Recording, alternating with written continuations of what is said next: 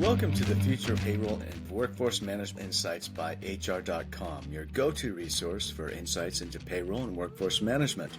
From navigating compliance and technology trends to exploring the latest in global payroll solutions, we're here to keep you ahead of the curve.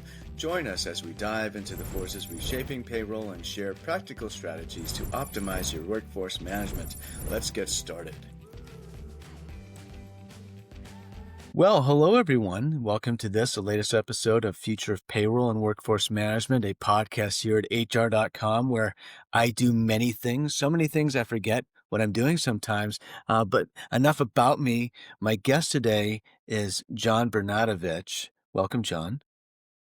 Brent, you do so many wonderful things. It's kind of like you're like the mad scientist. You've forgotten more than most people know, is how I would describe it. That's what my father-in-law would always talk about great surgeons. He was an ER doctor, and he was always introduce me to one and say, John, Dr. Smith, he's forgotten more about medicine than most doctors even know. Well, thank you very much. And thank you for being a guest on this episode of the podcast. And we have some really interesting stuff to discuss today. You are the author of HR Like a Boss, which many in this audience will have heard of, and soon to be the author. Well, you're writing it. I think you may even be almost through writing it. That your next book, which is Payroll Like a Boss, which is a nice tie-in with this podcast. And you are also founder of Willory. So you do a lot too. And I'd love to just learn, what got you into the world of work, John? What's your passion in this space? Well, what got me into it was I needed to make money out of college, number one, and ADP gave me a unique opportunity in sales, which I survived that for up to 9 years, which for those of you that are listening that have worked at ADP, you understand what I mean. Wonderful company, incredible experience. I learned how to process a payroll through a circular E for all of you that are old enough to know what that's like or what it was like. And if I didn't, I wouldn't have my job at ADP. Long story short, I did that for 9 years, and then I got into the executive search business. And in the midst of all that, I got bit by the entrepreneurial bug. And 15 years ago, I founded Willory, which is named after my son, Will, and daughter, Mallory. And we are a professional services firm that's empowering the HR, payroll, and HR technology communities by providing people, selection, technology, and transformation services. That being said, why do I care so much about this thing called work is because I've been blessed and fortunate to know a lot of people throughout the course of my business career in all walks of professions and life's various stages. And it's fascinating to me, the ones that find joy in their work, that have a skill and a talent and seem to love it, tend to be a little bit happier, tend to seem to be a slight bit more successful, and tend to look a little less aged than how old they are. And I'll leave that at that. And as a result of those experiences and meeting people, I realized how critical work is to so many human beings. And we're all going to spend roughly 80,000 hours if we're blessed to work a full-time schedule throughout a 40-year-ish career, which is generally the average. And if you're not doing something you love and that you're good at, and you take ownership of, then you're going to live a life that I feel, in my opinion, is slightly not as fulfilling as someone that enjoys what they do. That being said, having met so many wonderful people in HR and in payroll throughout my time at ADP and serving an executive search firm and now at Willory, I cannot tell you how great of people I have met in HR and payroll. Service-oriented, selfless, giving, hardworking, dedicated, the list goes on. And they get very little to no credit whatsoever for all the great things they do. And they get an abundance of credit for all the things they have to do in their job that maybe people that aren't in HR or payroll don't understand or don't appreciate. As a result of that, I wrote a book called HR Like a Boss, and I'm on this mission to transform how people feel at work. And I think we do so by empowering the HR and payroll community to deliver a high degree of service and at the same time encourage them to love what they do, because if they do, they can lead by example and show others that it's possible to love a job that maybe you didn't think you were going to have when you were 16 years old, trying to figure out what you were going to be when you grew up. There's an element of that that I'm super passionate about, and that is my long-winded answer, Brent, to your wonderfully opening question. Oh, well, thank you for the long-winded response because there's a lot of great information there, honestly. And I love the mission of Willory, and I agree with you that there's a lot of potential upside in terms of what HR and payroll people can be sort of appreciated for. And there's a lot of potentiality there and potential there, excuse me. And we're going to get into that, you know, but first, 80,000 hours. Honestly, that hit me like a ton of bricks while you said it. That's a lot of hours, man. And yeah, if you're not doing what you love, or if you're not doing something that you like to do, that's that is a life lived slightly less well. I think that's an understatement. Um, and I love what you brought up. This might be a great segue into the topic today because I know you're coming out with this next book, Payroll Like a Boss, and you talk about how many HR people, and probably most payroll people, which we've learned on the podcast through just conversations anecdotally, most payroll people, nobody kind of like grows up and says, yeah, everyone says, I want to be a fireman, I want to be a doctor, or a firefighter, excuse me, and whatever, but or even a lawyer, or I want to be an engineer eventually, whatever. But very few people say, I want to become a payroll professional.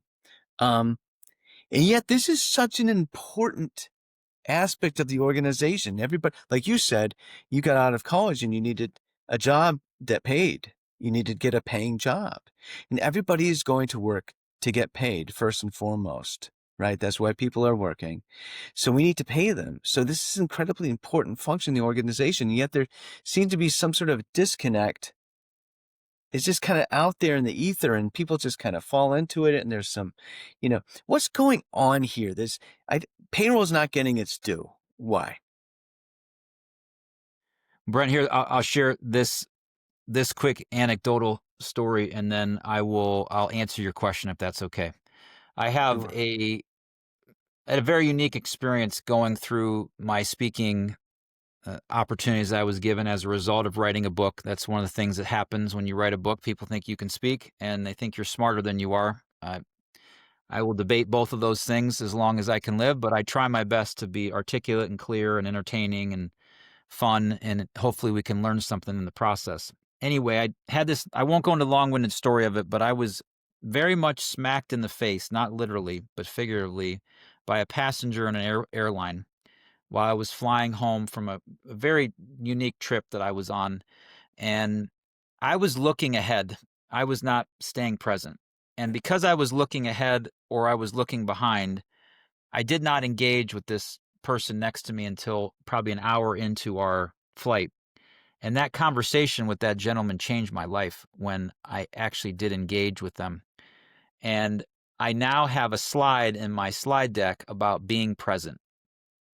I wear these fancy colored shoes. Every speaker needs to have a shtick. My shtick is I wear these colored light up shoelaces, and they're battery enthralled or fixed or whatever. I turn them on and I walk around, and people seem to recognize that. And I'm trying to bring light to HR and payroll. That's the in essence, and trying to remind myself to stay present.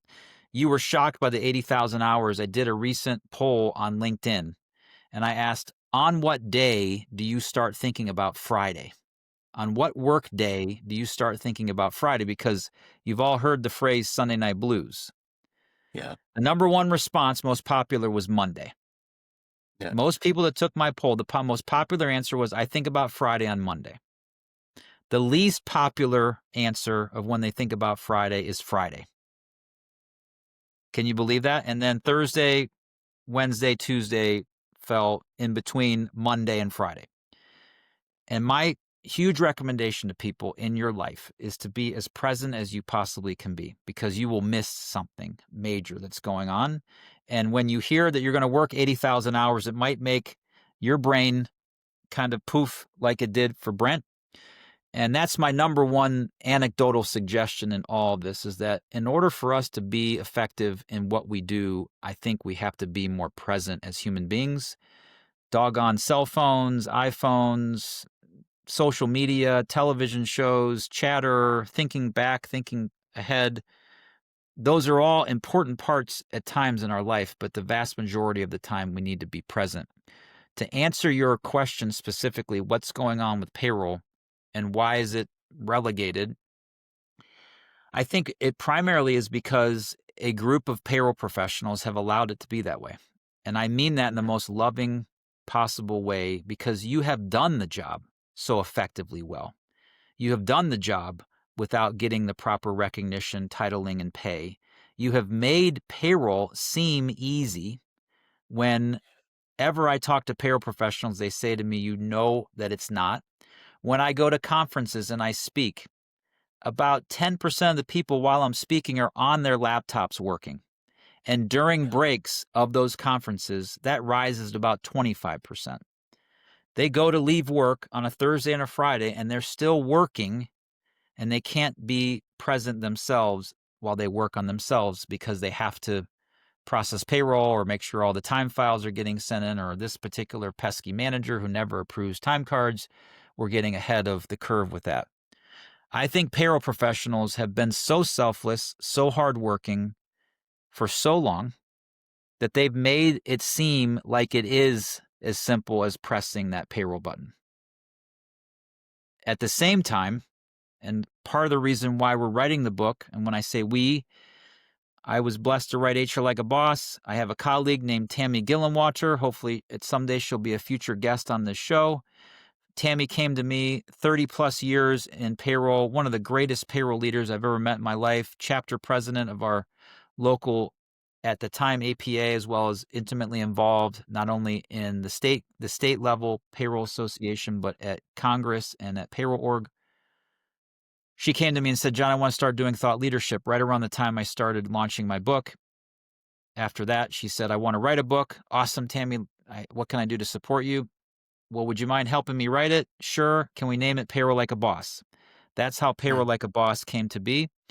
And I just truly believe in my heart of hearts that there is something systemically wrong in our business climate, that we're not supporting, caring for, and treating payroll professionals with the dignity, care, and respect that they deserve. In the most important part of a business is paying your employees. Because if you don't pay your employees consistently and correctly, then guess what'll happen? They'll lose faith in the company, they'll start looking for another job, and they'll leave. And I'm not sitting here blaming payroll professionals for being great at what they do and taking one, in essence, for the team at times. What I do think we need as a profession is to become braver, to become more confident, to become more articulate in what we do and how we do it, and how we make something that has a lot of moving parts simplistic and consistent so that people get paid on time. It takes a lot of people and energy and effort to do that. And I want to change that. I want to change that one payroll professional at a time. And that's the mission and goal of writing the book, is that we can hopefully inspire, make people feel something. When they see the phrase payroll like a boss, it means something to them because it's different. What do you mean? Payroll's not a boss. I don't get it. And that's what that's the Yeah. feelings we're trying to invoke in all this, Brent. Well, you know what? I'm glad you put it that way. Very well put. And I'd love to bring in a psychologist at some point and just kind of like psychoanalyze what is going on in a great deal of organizations where leaders, they know deep down inside, they know that it's absolutely essential to get their people paid on time, correctly, and that, under the, more broadly speaking, that payroll is absolutely essential. It's critical. It's indispensable. Um, it's part and parcel of organizational success. You get payroll wrong, you're immediately screwed, right? And so there's that piece of it. And we know that 99.9% of them get that. They understand that. But at the same time, I have a little hypothesis, and I don't know if I'm right, but I think there's sort of a reluctance to really want to think about payroll because it's such this huge thing. If it goes wrong, just, perish the thought that anything goes wrong with payroll. It's such a huge bogeyman almost, right? That if it were to go wrong, then that's too much to think about when to think about something that hasn't happened yet, right? And so I just wonder, what is that? How can payroll professionals bridge that? Let's just assume that that is sort of that's the thing. That's what's going on, maybe. How can payroll professionals bridge that? Because I love what you said about the fact that the vast majority of payroll professionals, they're doing the hard work. They're making sure that payroll happens every week or 2 weeks or monthly or whatever it is, right? And because they're doing that, there's no friction. There's no real reason.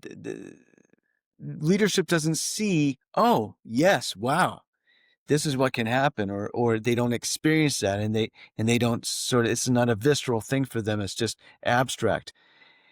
How can we kind of tweak things a little bit to kind of get moving the right beyond the concept of your book, which I think is definitely a big step in the right direction? Like, how can we actually bridge, sort of transcend this, I don't know, psychological quagmire? I don't know what to call it. I love it. I'm no psychologist. I did stay at a Holiday Inn last night, but I digress. That said, here's my thought process and all that. I believe that payroll professionals, as a result of how they've been relegated into this back office, behind the scenes, back of the house mindset, they have not felt comfortable, in essence, positioning the accomplishments that they have achieved as a payroll professional. Consistent pay numbers, data, they can look at this every single pay process. How accurately do we process payroll? How many manual checks do we have to run? There's data. It's the science. The numbers are right there. Plus, they are responsible for the most important part why people work is to get paid, and the number one indirect expense that the vast majority of employers have, which is payroll-related expense. They have this data right in front of them, and for whatever reason, we haven't been consistent enough about sharing the story of the success. That's number one. Number two, let's just get over the fact that it is assumed that we're going to land the plane consistently every single time and your baggage is going to be delivered onto the carousel. That's what was expected of us as payroll professionals. It's just assumed. We're not going to change that mindset. Frankly, we don't want to, because we don't want to start being inconsistent and not paying people correctly, because we know what that means. Let's just get over the fact that that's what it takes. Let's try to be as efficient as we can and share data with how successful we are. And when we're not, fix the problem. Then let's get after where we can impact the business. There's a couple key areas that I feel like we can. Number one is redundancy and scalability of payroll operations, in my opinion. I'll tell a quick story. Never forget this for my entire business career. Probably one of the most thought-provoking calls I've ever gotten from a CFO client that said, John, my payroll manager quit. I had to go to the bathroom while she was telling me she quit. I went to the bathroom, and you were the first person I thought of after I was done going to the bathroom, because no one else inside of my company knows how to do payroll, and everyone's looking at me that I know how to do payroll. I need you to help me solve this problem. And I said, you were thinking about me while you were going to the bathroom? Can we time out for a second? I created some levity in the situation. It was strangely hilarious. But that was a major challenge. You had a payroll manager for a 5, 6, 7, 800 employee company, complexities with commissions and stock options, other things. And she gave her notice, and the CFO said, oh, fill in the blank.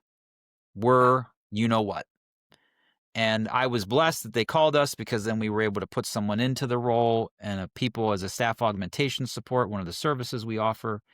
But in that particular case, what I instructed my team member at the time was, while you're processing payroll, let's create redundancy so when the next person comes in, we can teach them and train them on how to do that.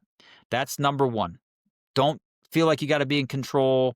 create redundancy to the point where you could be out of a job, meaning you could win the lottery, you could go on a vacation and realize you just found a pot of gold at the bottom of your hotel room and you're not going back to work and you want to leave your employer in a great place. Create redundancy.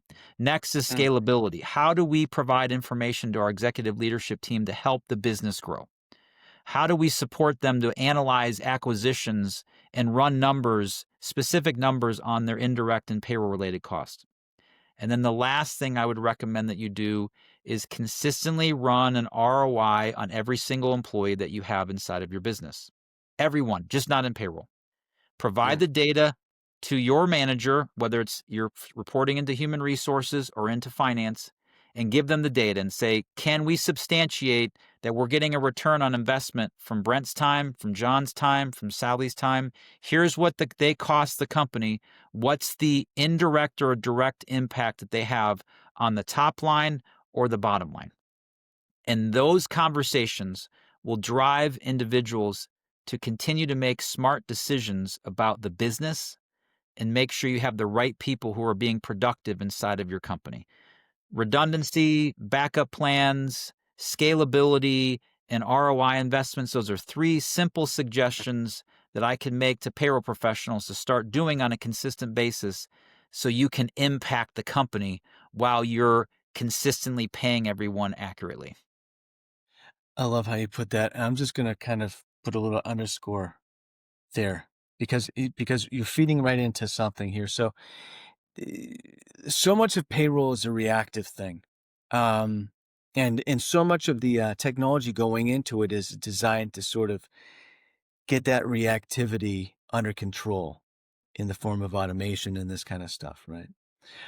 It's very tough for payroll people for whatever reason. I think part of it is just the nature of the work and maybe the kind of person that ends up in payroll and ends up liking it. Maybe there's a little bit of a challenge for them to kind of start to assert themselves and be proactive. But everything that you've described here is a very proactive thing. Each of these things is a very proactive sort of exercise that a payroll professional can engage in. And it's not just that each of those things is a strategic act, right? You're being strategic by creating redundancies. You're being strategic by conducting the ROI or whatever it is, right?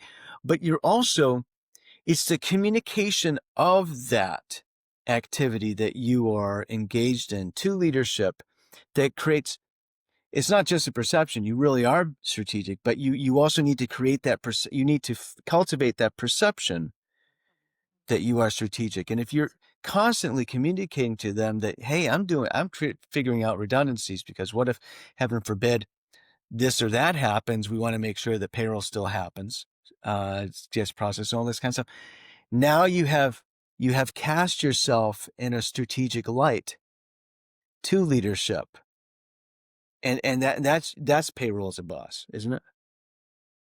It is 100%. The idea I write about this in HR Like a Boss, and we'll write similar stories about it. There's fundamental aspects of payroll that are assumed you're going to get done right and get done right on a consistent basis. It's just part of the job.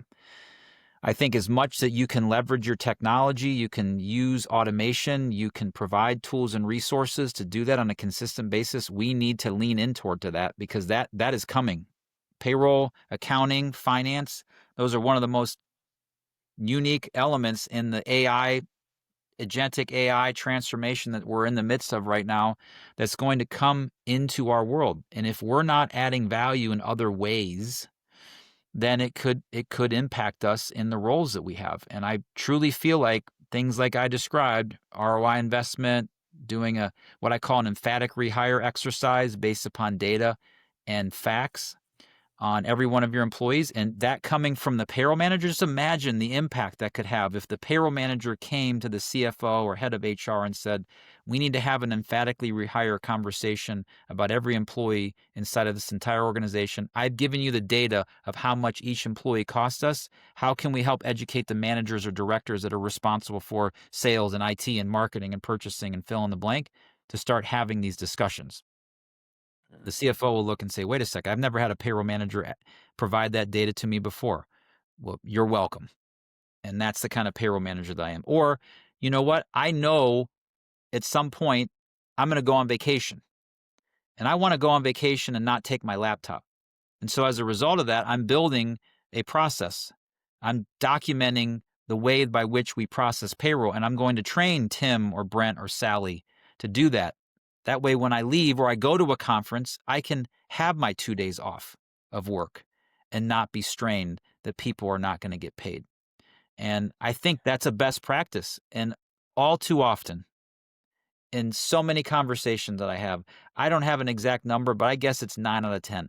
9 out of 10 employers are at risk if your individual payroll resource leaves the company, that you're not going to be able to consistently process payroll the way that you were when they were there. And that's a major, major issue, as we all know. That's an intolerable risk for an organization. You just can't tolerate that. You have to.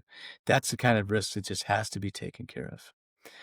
The most unique, and I'll share this with you, and you mentioned a few. I've met one person in my career, I've been at this for almost 30 years, who told me they wanted to be in payroll when they were a little kid. And the main reason why is because that person's mom was a payroll leader. She was a payroll manager, and he idolized his mom. And he got into the payroll business for about 20 years and then made a pivot into another part of business that he was more passionate about. That's the one person I've met. And I ask all the time when I go, how many of you dreamt of being in this? And every single one of them, with the exception of that one person, is payroll picked me. I didn't pick them.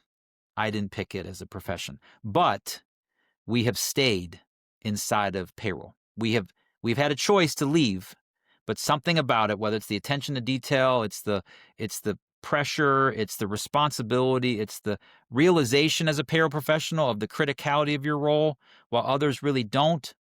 I don't know what that rationale is for most payroll professionals, but we stay. We don't pick it, but we stay.